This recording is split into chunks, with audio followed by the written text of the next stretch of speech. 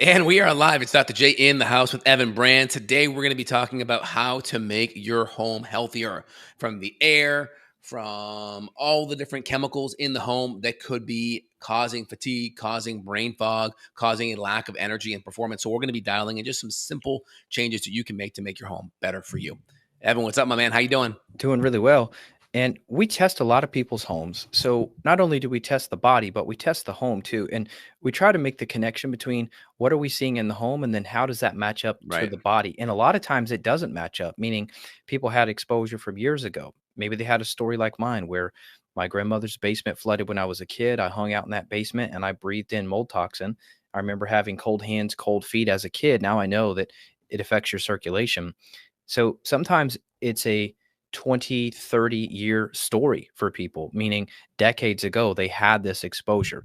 Now, a lot of times though, we can still get lucky and we can find things in the current home that we can improve. And so, for example, I'll try to pull up this lab here. I had a guy in Mexico who did a consult with me recently, and he is doing literally an entire home remediation. He's got tons of gut issues from it. And I've got his I'll pull up a couple things, but I've got his stool. He's having intestinal bleeding, and he's having all these weird immune symptoms.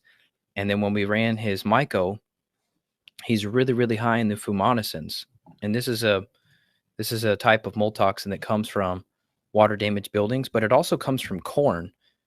And it turns out, living in Mexico, no surprise, that's the staple food. This guy's doing corn tortillas 5 times a week. Now it's a little bit of a tangent, but what I'm saying here is that we try to make the connection between what we see in your body and then is that coming from buildings, which a lot of cases it is it coming from diet or is it both? So I'll pull this up and I'll show you. I want to show you the fumonisins because the lab now, which is cool. I don't think the Mosaic does it yet, but You're talking about the lab for the urine mold toxins? yeah, can you see that there? Yeah, let's pull it up. What lab are you using for the urine mold toxins? You were using the Mosaic still, right? I like Mosaic, but this guy here had already run Vibrant.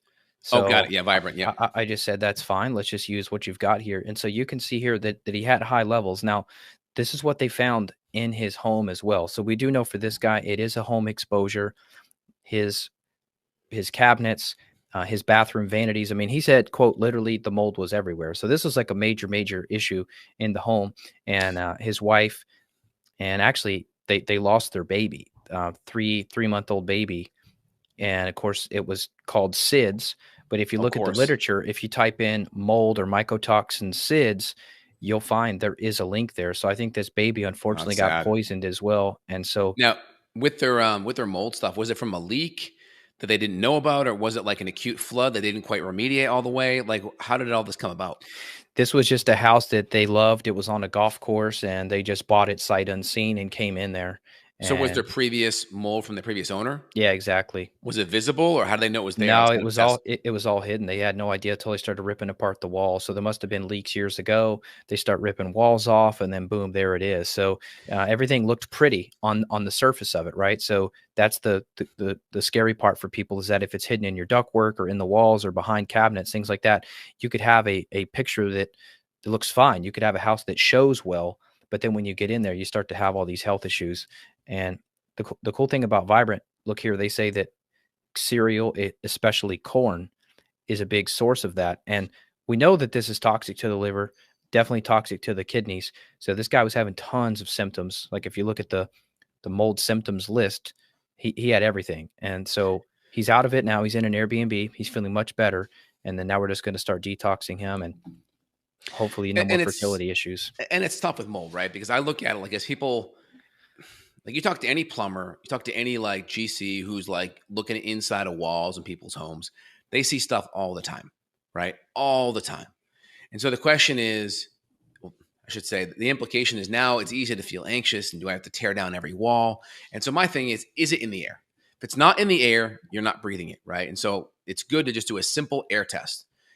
Put plates in all the major rooms of your home, especially the ones that you're in: master bed, master bath, kids' room, family room, kitchen, and just get a good air sample from a plate test. Because if it's in the air, after a few hours of that plate being out, it's going to lay on that plate.